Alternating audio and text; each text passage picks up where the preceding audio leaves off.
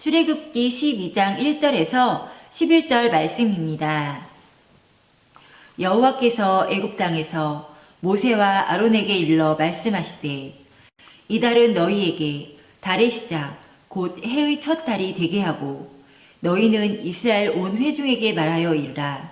이 달 열흘에 너희 각자가 어린 양을 취할지니 각 가족대로 그 식구를 위하여 어린 양을 취하되 그 어린 양에 대하여 식구가 너무 적으면 그 집의 이웃과 함께 사람 수를 따라서 하나를 취하며 각 사람이 먹을 수 있는 분량에 따라서 너희 어린 양을 계산할 것이며 너희 어린 양은 흠없고 1년 된 수컷으로 하되 양이나 염소 중에서 취하고 이달 19날까지 간직하였다가 해질 때에 이스라엘 회중이 그 양을 잡고 그 피를 양을 먹을 집 좌우 문설주와 임방에 바르고 그 밤에 그 고기를 불에 구워 무교병과 쓴 나물과 아울러 먹되 날것으로나 물에 삶아서 먹지 말고 머리와 다리와 내장을 다 불에 구워 먹고 아침까지 남겨두지 말며 아침까지 남은 것은 곧 불사르라. 너희는 그것을 이렇게 먹을지니 허리에 띠를 띠고 발에 신을 신고 손에 지팡이를 잡고 급히 먹으라. 이것이 여호와의 유월절이니라. 아멘. 하나님께서 영감을 주셔서 오늘 설과 유월절이 우리나라의 설날이 유월절과 연관성이 있다는 것을 제가 알고 그래서 말씀을 좀 묵상을 하고 이렇게 은혜를 나누고자 준비해 왔습니다. 그렇다면 설과 유월절은 어떤 상관관계가 있을까요? 그 첫 번째로 우리나라의 설과 이스라엘의 유월절은 새해를 알리는 절기이기에 공통분모가 있다는 것입니다. 그러한 의미에서 1절, 2절 같이 읽도록 하겠습니다. 1절, 2절이에요. 여호와께서 시작. 여호와께서 애굽 이 달을 너희에게 달의 시작 곧 해의 첫 달이 되게 하고 아멘. 달의 시작 곧 해의 첫 달이 되게 하고 그렇습니다. 그러니까 이스라엘 백성들에게 있어서 하나님께서 원래 그들이 가지고 있었던 민간력이 있습니다. 그거 쓰지 말고 너희가 지금부터 유월절을 기점으로 해서 해의 시작, 달의 시작, 첫 달이 되게 해라 라고 하나님께서 말씀하셨다는 것입니다. 전 세계적으로 볼 때 우리가 달력을 이제 쓰잖아요. 그러면은 양력을 쓰는 양력 새해를 맞는 날이 많습니다. 하지만 중국을 포함해서 이 아시아권, 중국 영향력을 받은 이 아시아권 아래에 있는 이 사람들은 양력보다는 음력 달력을 소중하게 여깁니다. 그래서 제 생일도 음력으로 해먹어요. 아마 조금 연세가 있는 분들은 양력 생일보다는 음력을 많이 쓰시는 분도 있을 줄로 생각이 됩니다. 양력은 해의 문화고 태양의 문화고 음력은 달의 문화입니다. 그런데 그 결정적인 이유로 왜 이 아시아권에서는 이렇게 양력을 안 쓰고 음력을 쓰는가? 그것은 아마도 농사를 짓는 농경사에서는 양력보다 음력을 중요시하게 여겼기 때문에 음력을 쓰는 것입니다. 그래서 농사를 짓는 절기 24절기가 있는데 모두 음력으로 표기됩니다. 가까이는 이제 구정서부터 이제 시작해가지고 첫 번째 딱 시작하는 것이 뭐예요? 내일 입춘. 내일이 입춘이에요. 봄의 시작입니다. 입춘. 그리고 정월 대보름서부터 우수경치 이런 것들이 계속해서 이 농경사회와 이제 밀접한 관계가 있다는 것입니다. 사랑하는 성도 여러분, 자, 오늘 본문에는 이스라엘 백성들이 애굽에서 여러분 잘 아시다시피 430년 동안 종살이 하다가 모세의 인도함 속에서 출애굽을 하게 된 그 결정적인 동기인 유월절 규례에 관해서 소개하고 있습니다. 오늘 본문은 12장인데 최소한 12장 전까지는 어떤 사건이 있었냐면은 모세를 통하여서 종살이하던 이 이스라엘 백성들을 모세를 통하여서 바로 앞에 애굽의 바로 앞에 서게 하지요. 그리고 내 백성 내놔라. 내가 데리고 나가겠다. 그랬더니 처음에 애굽의 바로가 콧방귀도 끼지 않습니다. 이상한 놈이 나타나서 이 무슨 짓이냐 하고 그냥 상족도 하지 않습니다. 그래서 모세를 통하여서 피의 재앙서부터 개구리의 재앙서부터 이의 재앙서부터 해서 9가지 재앙이 애굽 전역에 쏟아지게 되는데, 문제는 여러분 애굽 땅이 이만하다면은 이 땅에 애굽 사람만 사는 것이 아니라 그 땅에 이스라엘 백성들은 함께 섞여서 사는 거죠. 그런데 신기하게도 그 모든 재앙이 애굽 사람들에게만 임하는 거예요. 애굽 사람들뿐만 아니라 애굽 사람들의 밭이든 짐승이든 하여튼 애굽 사람들이 손대는 데는 다 재앙이 있고 이스라엘 백성들에게는 재앙이 임하지 않은 거예요. 이 자체가 신비가 아니겠습니까? 이런 재앙을 거쳐서 9번째 재앙이 뭐냐면은 어둠의 재앙입니다. 어둠의 재앙. 그러니까 모세를 통하여서 이 어둠의 재앙을 내렸을 때 애굽 전역이 다 캄캄하게 되는데 이 이스라엘 백성들이 사는 데는 또 밝은 거예요. 그러니까 빛과 어둠이, 그러니까 딱 보면 알겠죠. 이스라엘 백성들이 사는 데는 해가 있고 애굽 사람들이 있는 데는 어둠이 있고, 이 자체가 벌써 하나님께서 이스라엘 백성들을 너무너무 사랑한다는, 구별한다는 그 비표가 아니겠습니까? 하지만 이 9가지 재앙, 첫 번째 피의 재앙서부터 9번째 재앙인 이 어둠의 재앙까지는 사실 결정적이지 못했습니다. 물론 바로가 뭐 내가 잘못했다 막 이러면서 여러 가지 이제 협상하는 장면도 나오지만, 그러나 결정적인 치명타를 주지는 못했습니다. 그런데 이 마지막 장자가 죽는 이 6월절 사건은 이스라엘 백성들에게 있어서 결정적으로 그들이 구원받고 애굽에게는 결정적인 치명타를 가한 이 재앙이 되었다는 것입니다. 그 재앙의 정도가 사람이든 짐승이든 초태상은, 다시 말해서 처음 난 것은 무조건 다 죽는 거예요. 그로 인해서 애굽의 바로는 무조건 항복하게 되었고 이스라엘 백성들은 감격 속에 출애굽을 하게 된 줄로 믿습니다.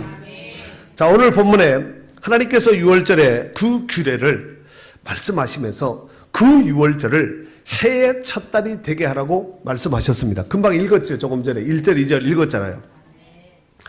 그렇다면 왜 하나님께서 유월절을 기점으로 해의 첫 달이 되게 하게 하셨을까? 여러 가지 이유가 있겠지만 한 2가지로 생각해 본다면, 첫 번째로 이스라엘은 하나님의 뜻을 이 땅에 실현하는 전 세계 나라 가운데 제사장 민족으로 하나님 뽑았습니다. 저요 이렇게 해서 뽑힌 나라가 아니라 하나님이 전 세계 가운데 이스라엘 유대 민족을 선택하셨다니까요. 이 선택에 대해서는 왜 유대만 선택하고 우리는 선택하지 않았나요? 그 하나님의 절대 주권이기 때문에, 우리가 감히 침범하지 못하는 부분이기 때문에 우리는 뽑았으면 뽑았는가 보다, 뽑지 않았으면 뽑지 않았는가 보다 이럴 뿐이지, 우리는 안 뽑고 그 사람만 뽑았나 이렇게 할 필요가 없습니다. 왜냐하면 이것을 하나님의 절대 주권이기 때문에 그렇습니다. 하나님 마음대로 하신다는 거지요. 자, 그 이스라엘 백성들을 거룩한 선민으로 하나님의 절대적인 통치를 받게 되었다는 구속적인 의미를 갖기 위해서 하나님께서 전 세계 나라 가운데서 이스라엘을 제사장의 나라로 하나님이 선택하셔서 뽑았다는 것입니다. 그들이 비록 애굽 백성들 사이에 섞여 살지만 하나님은 정확하게 그 백성을 구별하게 하셨습니다. 출애굽기 11장 7절, 지금은 본문은 12장이지만 11장 7절에 보면은 11장 7절 중하반절에 이런 말씀이 있지요. 여호와께서 애굽 사람들과 이스라엘 사이를 구별하는 줄을 너희가 알리라 하셨나니 그랬습니다. 애굽 사람들과 섞여 살지만, 애굽이란 나라에 섞여 살지만 하나님께서 애굽 사람들과 이스라엘 사람들 사이를 하나님이 구별시켰다는 것이지요. 아마도 이 사건으로 인해서 애굽 사람들은 엄청나게 놀랐을 줄로 생각이 됩니다. 아니 이렇게 섞여 사는데 어떻게 이렇게 바둑돌, 흰돌, 까만돌 고르듯이 이렇게 철저하게 하나님이 골라내실까? 참 신기한 하나님이네. 우리의 신은 그렇지 않은데, 이러면서 애굽 사람들이 얼마나 놀랐겠습니까? 뿐만 아니라 이스라엘 백성들의 입장에서도 보았을 때, 야, 하나님이 이렇게까지 우리를 사랑하셔서 우리를 구별하시는구나. 아마 뼈저리게, 가슴 저리게 아마 이렇게 생각하는 기회가 되었으리라 생각됩니다. 레위기 20장 24절 말씀에 보면은 나는 너희를 만민족에서 구별한 너희의 하나님 여호와니라 그랬습니다. 만민 가운데 섞여 있다 할지라도 하나님은 그 가운데서 그 백성을 뽑아서 구별시키는 하나님이라는 거예요. 그러면은 이것을 한번 우리에게 적용을 시켜보면은, 여러분, 우리 이제 평화가 올해 초등학교를 들어가거든요. 이제 운동회 하겠지요. 이제 저는 학부형이니까 선자 같은 아들의 운동회를 이제 참가할 거 아니에요.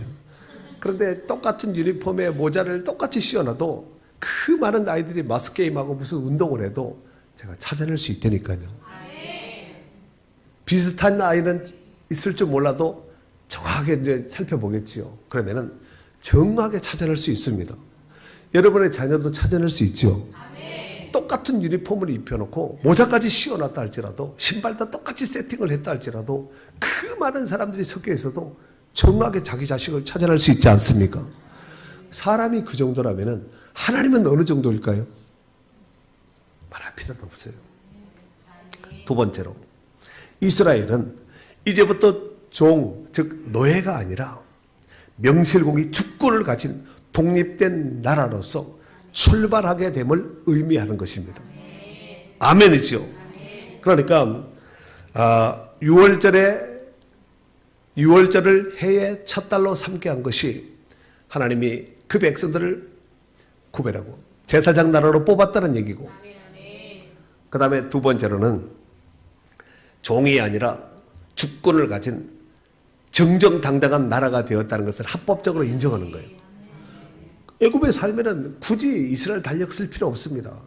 그리고 써도 별 의미 없습니다. 왜냐하면은 애굽의 종이니까 애굽 사람들이 애굽의 스타일로, 애굽식의 애굽 달력, 애굽 스타일로 다 이렇게 지시하고 말하지 않겠습니까? 오히려 이스라엘 백성들이 그들이 가지고 있는 시간이든 달력이든 풍습이든 다 불편한 이런 사안이 되지 않겠습니까? 차라리 애굽식이 되어서 애굽을 따라가는 것이 가장 좋은 방법이죠. 애굽에서 살려면은. 그런데 하나님께서 6월절을 기점으로 해서 이 달을 해의 첫 달이라고 하나님께서 지명해 주셨다는 사실입니다. 사랑하는 여러분, 그로 인해서 전에는 종으로 매여있던 그들이 하나님께서 6월절을 기점으로 인하여서 이제는 정정당당한 주권을 가진 독립된 나라로 하나님께서 세워가셨다는 사실입니다.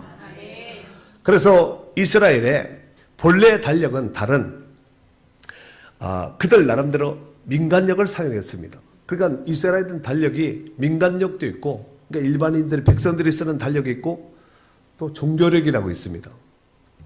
종교력. 우리가 이제 일반 달력을 쓰면서 세상 사람들은 주일에 안 그러고 일요일이라 그러잖아요.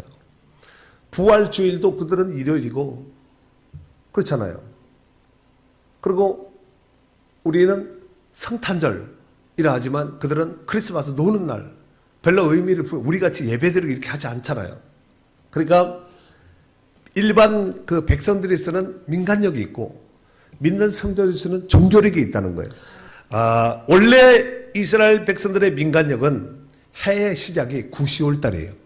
우리는 계절이 어떻게 시작하나요? 봄, 여름, 가을 이렇게 시작해요? 아닌데. 그러면 지금은 봄이라 그래야 되네? 봄, 여름, 가을, 겨울이라면서요. 지금이 봄이네? 그럼 새 달력을 민간력으로 보면은 겨울, 봄, 여름, 가을, 겨울, 겨울, 봄, 여름, 가을 이렇게 나가는 거잖아요. 가을이 사실 마무리가 돼야 되거든요. 추수 다 하고 하니까. 그렇죠? 근데 우리가 달력을 쓸 때 1월 달을 봄이라 안 그러잖아요. 겨울, 봄, 여름, 가을 하는데 원래는 봄, 여름, 가을, 겨울 해야지 맞지요. 그런데 이스라엘은 민간력으로 볼 때 9, 10월 달이 봄이에요. 그러니까 우리 1월 달에, 그쪽 날이 1월 달이라는 얘기예요. 그래서 그때 씨를 뿌리는 거예요. 그리고 우리가 봄 내지는 여름이라고 일컫는 그 계절은 그쪽은 가을에 추수하는 거예요. 밀과 보리가 그때 5, 6월 달에 추수하지 않습니까? 자, 그런데 특별히 예수 믿고 구원받은 성도들에게 있어서 또 다른 계산법 하나를 또 적용해야 됩니다. 그것이 뭐냐면은 역사의 달력인 AD와 BC입니다. 그러니까 비포 크라이스트라는 크라이스트 예수님 태어나기 전이라는 얘기잖아요. 아노 도미니, 이것은 in the year the Lord라고 하는데 예수님이 탄생 이후라고 이게 영어로 하면 이제 그렇게 해석할 수 있는데, 그러니까 예수님을 탄생을 기점으로 전에는 BC, 서기는 AD 이렇게 구별하잖아요. 그렇잖아요. 이걸 전 세계가 다 쓰잖아요. 기독교인만 쓰는 것이 아니라 불교인도 서기, 그죠? 기원후 이렇게 쓰지 않습니까? 그게 다 예수님을 기점으로 해서 BC와 AD가 갈라지는 이 역사의 분기점이 바로 예수 그리스도라는 거예요. 아멘. 사랑하는 성도 여러분, 예수 그리스도의 이 땅에 오심과 그 대속의 사건은 창세 이래로, 아담 이래로 죄에 빠져서 타락한 인류에게 있어서는 전무후무한 가장 큰 사건이었습니다. 이로 말미암아 지금껏 판을 치고 누렸던 이 원수막의 모든 괴력이 치명타를 입게 되었고, 누구든지 갈보리 언덕에서 십자가에 못 박힌 우리의 죄를 대속하신 그 예수 그리스도를 믿는 자는 구원받는 생명의 역사가 그로부터 시작된 줄로 믿습니다. 우리 찬송가에 보면은 이 기쁜 소식을 온 세상 전하세 그렇지요.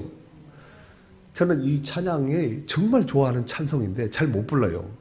그래서 부르기가 겁이 나는데, 이 기쁜 소식을 온 세상 전하세 큰 환난 고통을 당하는 자에게. 그죠? 이 기쁜 소식은, 기쁜 소식 가운데 꼭지점은 복음의 소식, 예수 그리스도를 통하여서 우리에게 생명과 구원의 길을 활짝 열어놓으신 그 길 이상에 그것과 비교해서 대등할 만한 이런 기쁨이 세상에 어디 있겠습니까? 여러분, 기쁨 중에 최고의 기쁨은 구원이에요. 이스라엘 백성들이 애굽에서 종살이 할 때 그 종들 가운데는 때로는 좀 잘 먹고 잘 사는 사람, 애굽인들에게 붙어서 빌 붙어가지고 뭔가 좀 한자리 하고 잘 먹고 등 따시고 배부른 사람도 있었을 겁니다. 그럼 뭐예요? 종인데, 노예인데. 그렇지 않습니까? 아무리 잘 먹고 잘 살면 뭐 하겠냐고요? 노예고 종인데. 자유가 없잖아요. 그런데 비록 종이라 할지라도 해방받고 구원받아서 자유함을 드린다. 등 따시고 배부른 관직에 있는 그 종보다가 자유자, 해방자가 훨씬 낫습니다. 이것은 겪어본 자만이 압니다. 하나님께서 예수 그리스도를 통해서 그 은혜를 우리 가운데 주신 줄로 믿습니다. 두 번째로, 이 유월절은 어떻게 지켜야 할까요? 조금 깁니다만은 교회 와서 성경 읽는 것은 어색하지 않지요. 자, 5절서부터 11절까지 스트레이트로 있는 거예요.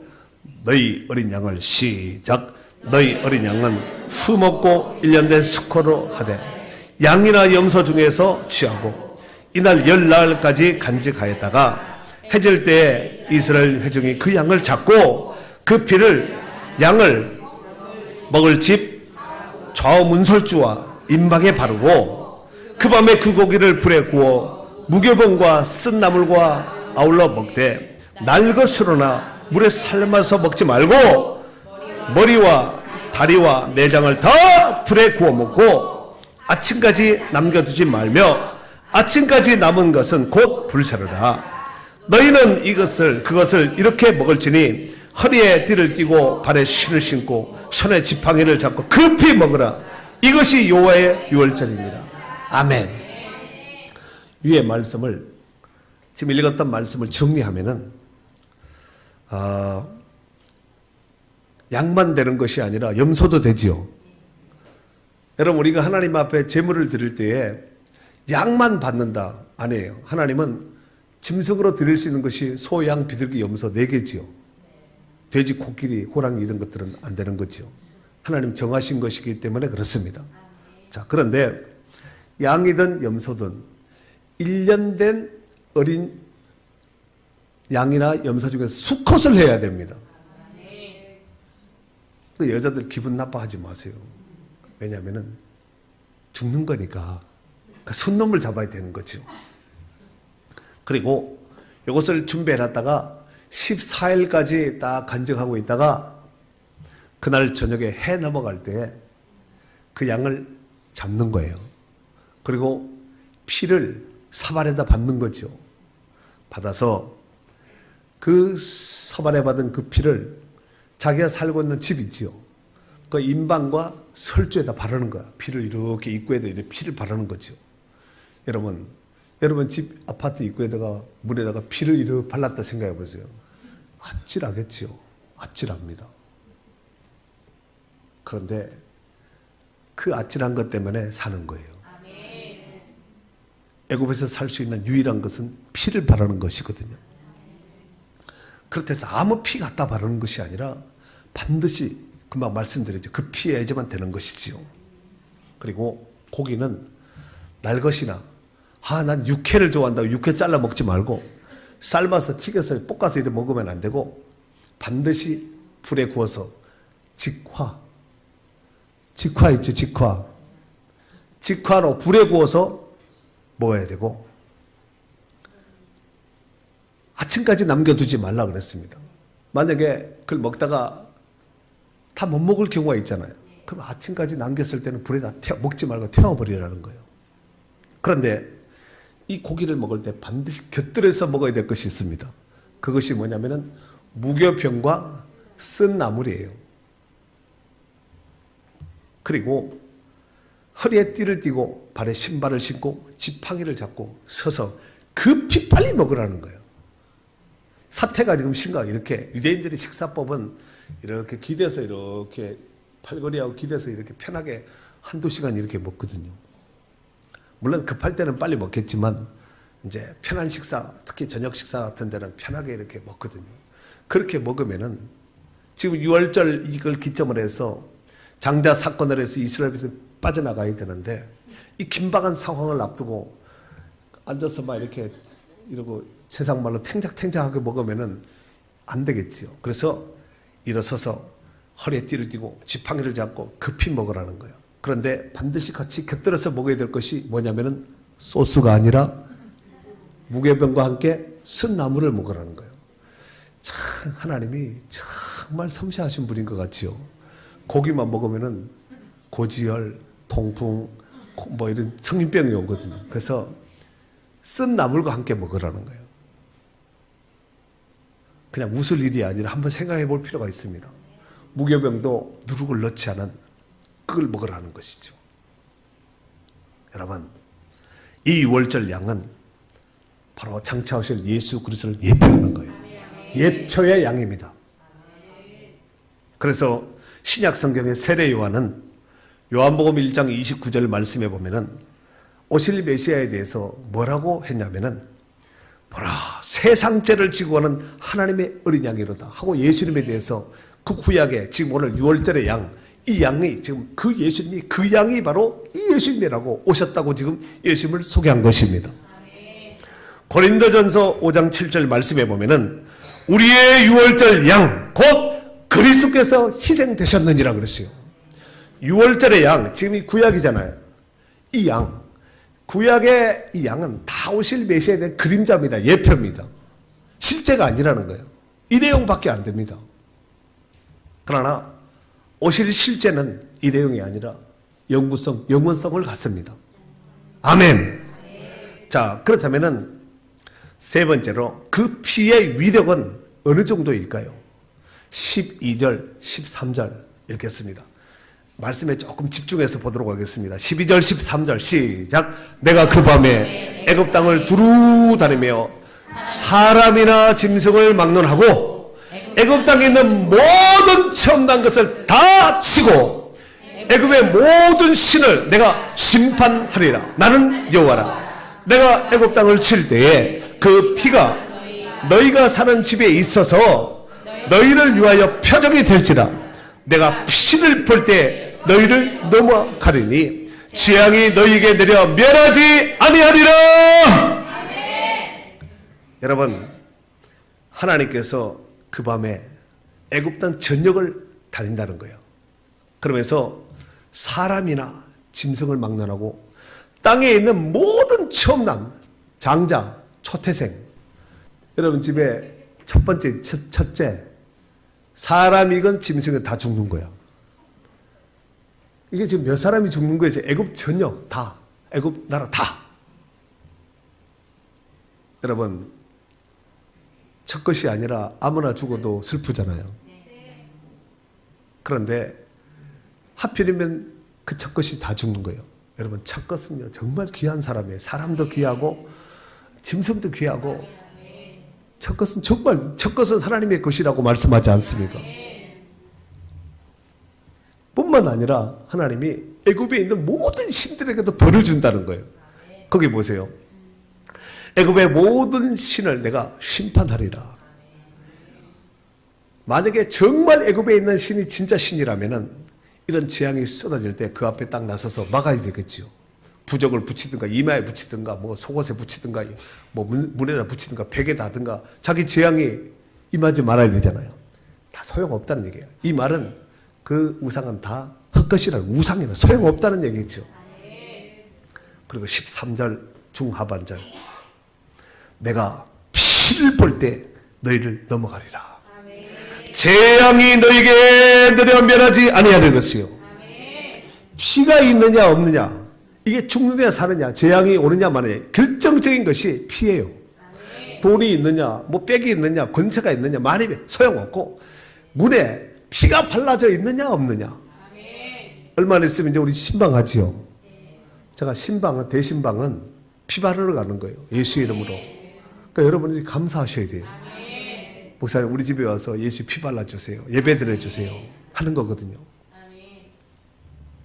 예배를 드리지 않는 집은, 최소한 우리 집에서 6월절의 관점으로 본다면, 우리 교회에서 본다면 피를 바르지 않는 가정이거든요.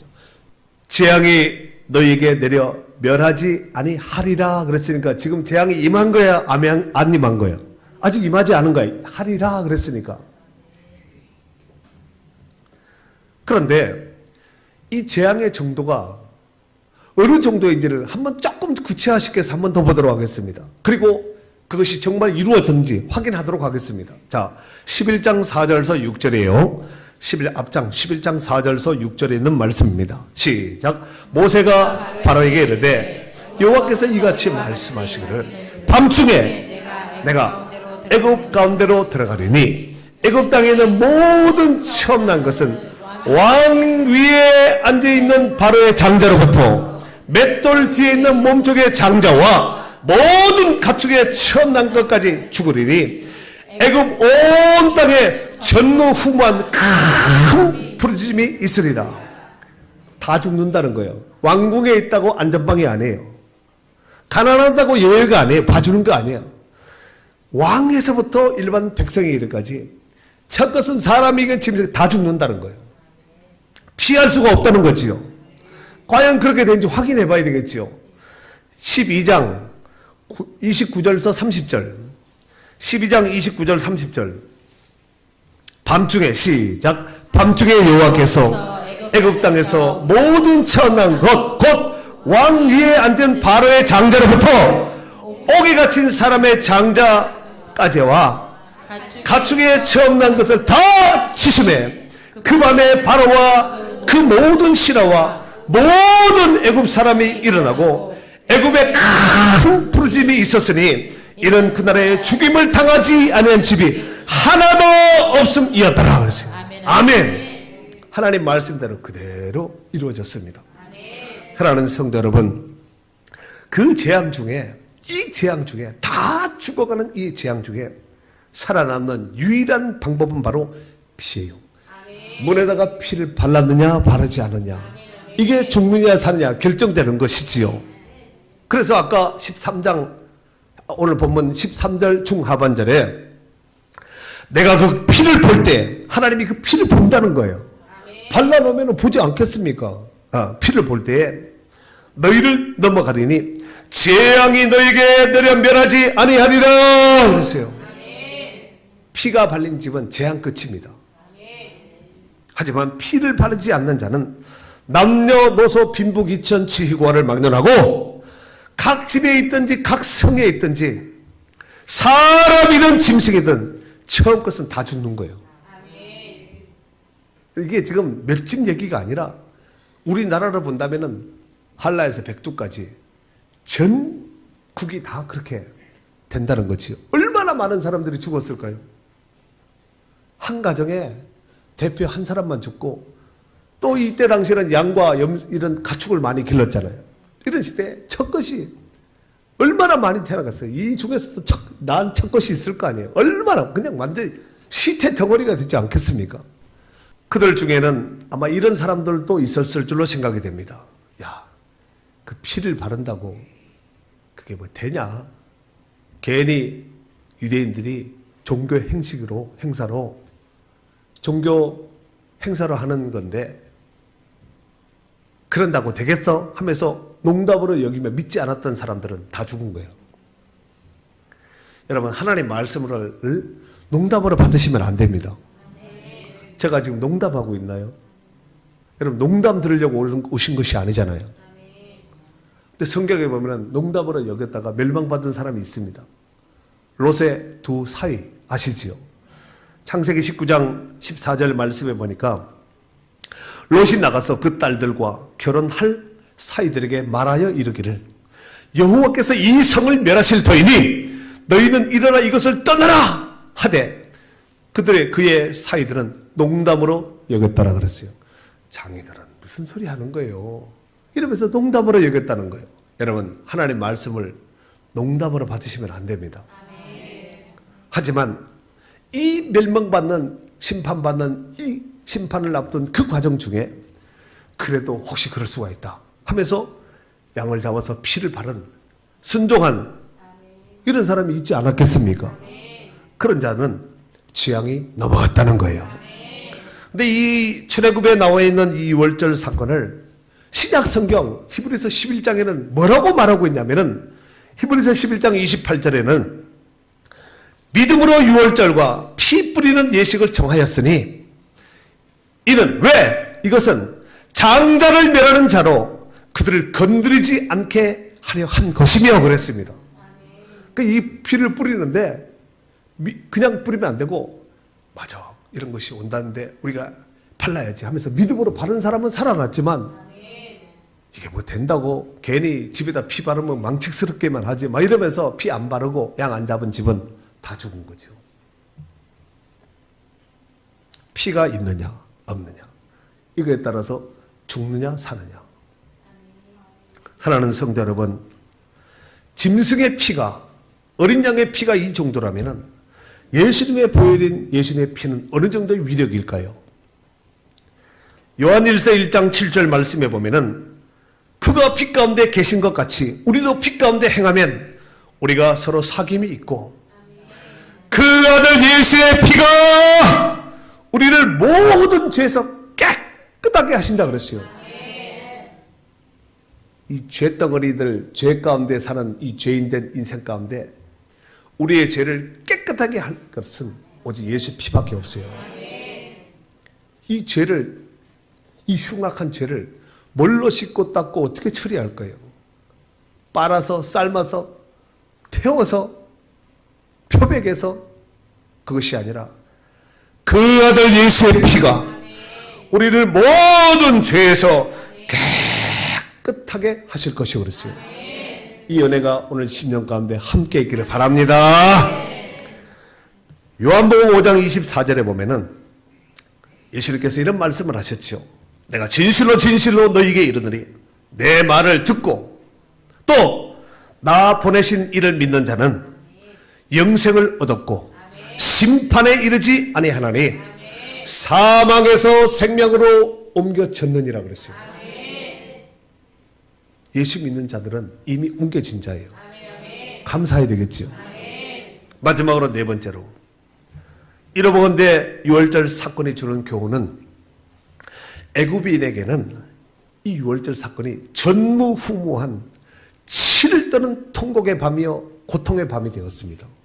하지만 이스라엘 백성들에게는 애굽인의 통곡 소리가 그들이 막 이제 하나님이 이렇게 지나가면은 마치 도미노처럼 착착착착 이렇게 될 거 아니에요. 여기서 터지고 막 터지고 막 갈 거 아니에요. 이렇게 파도처럼 막 지나갈 거 아니에요. 그런데 그 소리가 이스라엘 백성들의 입장에서는 출애굽의 나팔 소리 신호였다는 것입니다. 이해가 되시죠? 아, 하나님이 이제 일하시구나, 역사하셨구나. 그리고 그들은 그 지긋지긋한 종살이에서 해방과 자유를 맛보게 된 줄로 믿습니다. 사랑하는 성도 여러분, 이러한 날은 장차 머지않은 시점에 우리에게도 일어날 것입니다. 바로 예수 그리스도의 재림의 날입니다. 아멘. 마태복음 13장 40절에서 43절 말씀에 보면은 예수님께서 알곡과 가라지의 비유를 하시면서 이런 말씀을 하셨습니다. 그런즉 가라지를 거두어 불에 사르는 것 같이 세상 끝에도 그러하리라. 인자가 그 천사들을 보내리니, 추수꾼이죠. 마지막 추수할 때 추수꾼 천사. 그들이 그 나라에서 모든 넘어지게 하는 것과 또 불법을 행하는 자들을 거두어내어 풀무불에 던져 넣으리니 거기서 울며 이를 갈게 되리라. 그때 의인들은 자기 아버지의 나라에서 해와 같이 빛나리라. 귀 있는 자는 들으라시오. 귀 있습니까? 들립니까? 이 소리를 들어야 됩니다. 똑같은 6월절이에요. 애굽 땅에 있는 똑같은 14일 저녁입니다.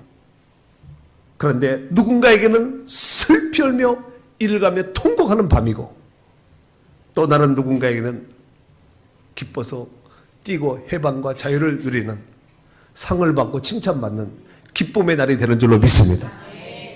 사랑하는 성도 여러분, 이 6월절은 영어로 하면 패스오버라 그러죠. 한자로 하면은 6월절이라 그럽니다. 우리 말로 말하면은 지나가는 행사, 패스오버, 지나가다, 넘어가다, 이런 뜻을 가지고 있습니다. 이것을 영적으로 해석하면은 우리를 억만 죄악 가운데 건져내어 주신 예수 그리스도의 희생의 예배입니다.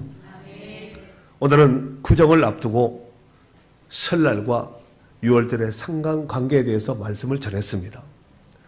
6월절이 이스라엘에게 한 해의 시작을 알리듯이 설은 동양권에서, 최소한 우리 문화권에서 본격적으로 한 해가 시작되는 해를 의미하는 것입니다. 또 6월절은 양고기와 무교병과 쓴 나물을 먹었습니다. 설을 기하여서 각종 음식을 준비하겠지요.